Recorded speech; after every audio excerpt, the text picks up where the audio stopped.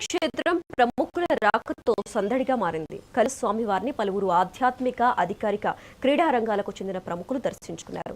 ప్రముఖ ప్రవచనకర్త చాగంటి కోటేశ్వరరావు, ఆంధ్రప్రదేశ్ ప్రభుత్వ మాజీ సుబ్రహ్మణ్యం, భారత బ్యాడ్మింటన్ స్టార్ పివి సింధు వేర్వేరుగా స్వామివారిని దర్శించుకుని మొక్కులు. ఆలయ అధికారులు వీరికి దర్శన ఏర్పాట్లు చేశారు. దర్శన అనంతరం ఆలయ రంగనాయకుల మండపంలో వేద పండితులు నిర్వచనం పలికి స్వామివారి తీర్థ ప్రసాదాలను అందజేశారు.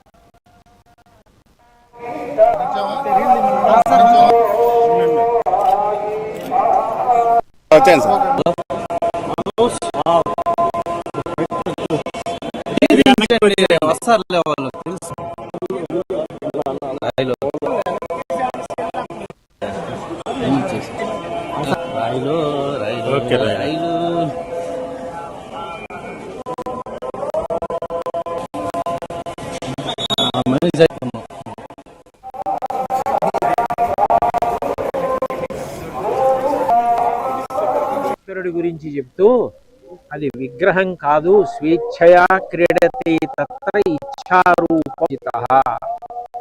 ఆయన అలా నిలబడాలనుకుని నిలబడ్డారు సాక్షి అని చెప్పారు. అటువంటి మహానుభావుడు సుదర్శన చక్రం పట్టు నిలబడి ఉండగా మనందరినీ ఆయన నిరంతరం కాపాడతారు.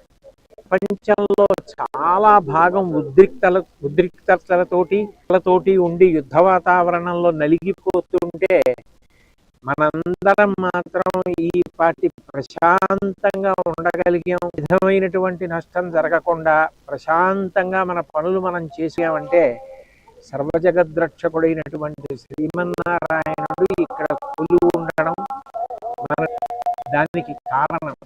కాబట్టి మనం చెయ్యగలిగింది ఆయన యందు ధార్మికంగా ఉండడమే మనం చెయ్యగలిగినటువంటి కర్తవ్యం. స్వామివారి దర్శనం చేసుకుని ఎంతో సంతోషించి నమస్కారం చేసుకుని వచ్చాం.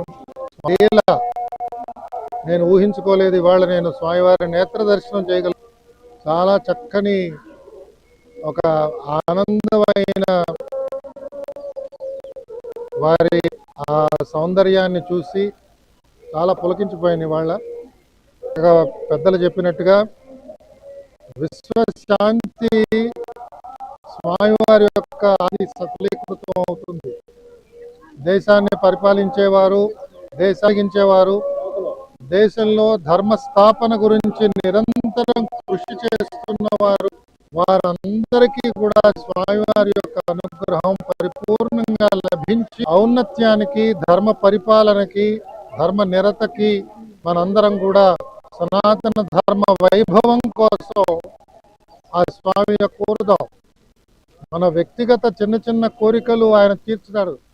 గురించి ఇవాళ స్వామివారి దర్శనానికి వచ్చానండి. చాలా బాగా జరిగింది.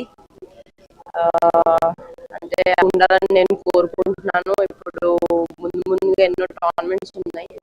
ఆయన ఆశీస్సులే భాను ప్రకాష్ గారు హెల్ప్ చేశారు. తిరుపతి రావడం జరిగింది. ఆల్ ఆఫ్ ఎ సడన్ అంటారు కదా, దేవుడు పిలుపు రానిదే వచ్చి ఇలా దర్శనం అవ్వదని. బట్ తిరుపతి అంటే ఎప్పుడు వస్తానే ఉంటాము. సో ఎప్పుడు ఆశీస్సులు ఉండాలని కోరుకుంటున్నాను. Thank you.